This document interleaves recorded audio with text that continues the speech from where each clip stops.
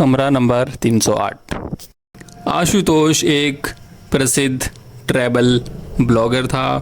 वह अपने ब्लॉग के लिए नई नई और रहस्यमयी जगह की तलाश में रहता था। उसने एक पुराने शहर में स्थित ऐतिहासिक होटल के बारे में सुना था जो अपने खौफनाक इतिहास के लिए प्रसिद्ध था।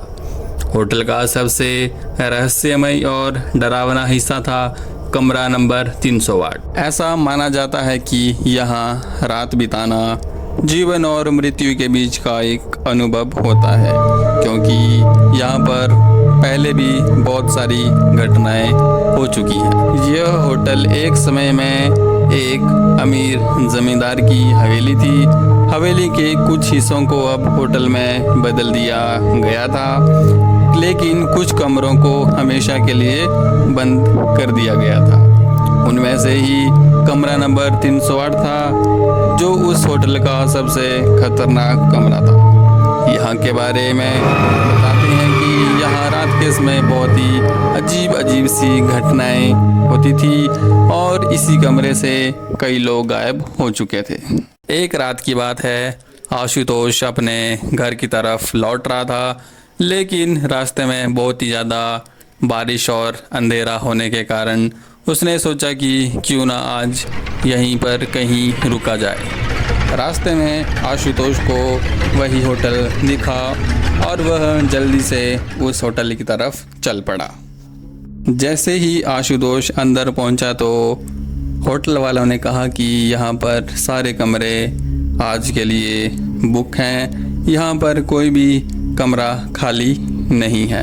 तभी होटल वालों ने कहा कि यहाँ पर एक कमरा खाली ज़रूर है, लेकिन वहाँ पर हम आपको रहने की अनुमति नहीं देंगे क्योंकि वो कमरा बहुत ही खतरनाक है। जैसे ही आशुतोष को इस कहानी के बारे में जानकारी मिली तो उसकी जिज्ञासा और भी बढ़ गई। उसे लगा कि उसे अपने ब्लॉग के लिए एक और नई कहानी मिल गई है। उसने होटल वालों से कहा कि उसे उसी कमरे में ठहरने दिया जाए। शुरुआत में होटल वालों ने उसे मना कर दिया, लेकिन आशुतोष के बार बार कहने पर उन्होंने उसे वहां रुकने की अनुमति दे दी। जैसे ही आशुतोष ने कमरे में प्रवेश किया तो उसे वहां पर कुछ अजीब सा लगा। कमरा बाहर से जितना पुराना और रहस्यमय दिखता था, अंदर से भी उतना ही अजीब था, क्योंकि कमरे की दीवारों पर बहुत ही पुराने चित्र लटके हुए थे और कमरे में एक अजीब सी ठंडक थी। ऐसा लग रहा था कि वहाँ कोई मौजूद हो। आशुतोष ने सोचा कि यह उसका भ्रम है और उसने इस बात को नज़रअंदाज कर दिया। उसने अपने कैमरे सेट किए और जैसे ही वह सोने की कोशिश करने लगा तो अचानक से दीवारों पर खरोंचने की आवाज़ें सुनाई देने लग पड़ी।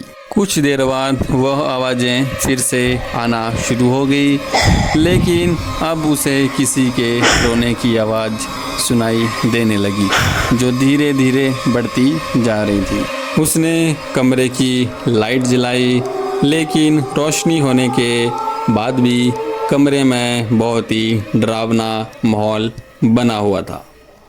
अचानक उसकी नज़र कमरे के एक कोने में गई, जहां उसे एक धुंधली आकृति दिखाई दी। वह एक महिला की थी जो उसे घूर रही थी। आशुतोष का दिल तेजी से धड़कने लगा। वह समझ नहीं पा रहा था कि यह क्या है। जैसे ही उसने उठने की कोशिश की तो वह आकृति धीरे धीरे उसकी ओर बढ़ने लगी। उसके पैर जैसे जम गए हों और वह बिल्कुल भी हिल नहीं पा रहा था।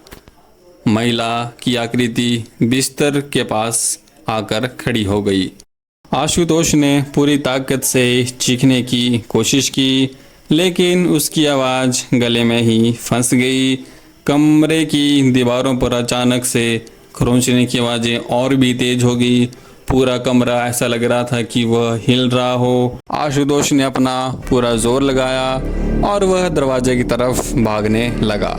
जैसे ही वो दरवाजे के पास पहुंचा तो दरवाज़ा हिल भी नहीं रहा था, वह अंदर से लॉक हो चुका था। उसके शरीर में हर जगह से पसीना बह रहा था, उसकी आंखों से आंसू बह रहे थे, कमरे के हर कोने से अजीब अजीब सी आवाज़ें आ रही थी और उसके कानों में किसी के रोने की आवाज़ें सुनाई दे रही थी। घबराहट के कारण आशुतोष वहीं पर बेहोश होकर गिर गया और अगली सुबह जब होटल के लोग कमरे में आए तो उन्होंने देखा कि कमरा नंबर 308 का दरवाज़ा खुला हुआ था।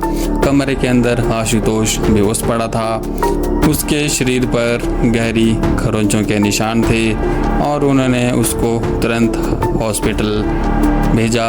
जैसे ही आशुतोष ने आंखें खोली तो वह हॉस्पिटल में पहुंच चुका था। तो होटल वालों ने कहा कि अब तुम कैसे हो?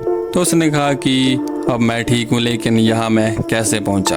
तो होटल वालों ने कहा कि तुम अपने कमरे में बेहोश पड़े थे, तो हम तुम्हें उठाकर यहाँ ले आए। आशुतोष ने उन सभी को अपनी कहानी बताई कि रात को उसके साथ उस कमरे में क्या हुआ। तो ये सब सुनकर होटल वाले और परेशान हो गए। आशुतोष ने पूछा कि 308 कमरे की कहानी का राज क्या है? तो होटल वालों ने कहा कि बहुत पहले यहाँ पर एक नवविवाहित जोड़ा इसी होटल में ठहरा था और रात को अचानक से उसकी पत्नी की रहस्यमयी मौत हो गई और इसी के बाद से यह सब घटनाएं होती रहती हैं। उसके पति ने इस कमरे को एक शापित स्थान मान लिया और जो कोई भी यहाँ पर ठहरता है उसके साथ यह अजीब और गरीब घटनाएं होती हैं, इसलिए हमने इस कमरे को हमेशा के लिए बंद कर दिया था।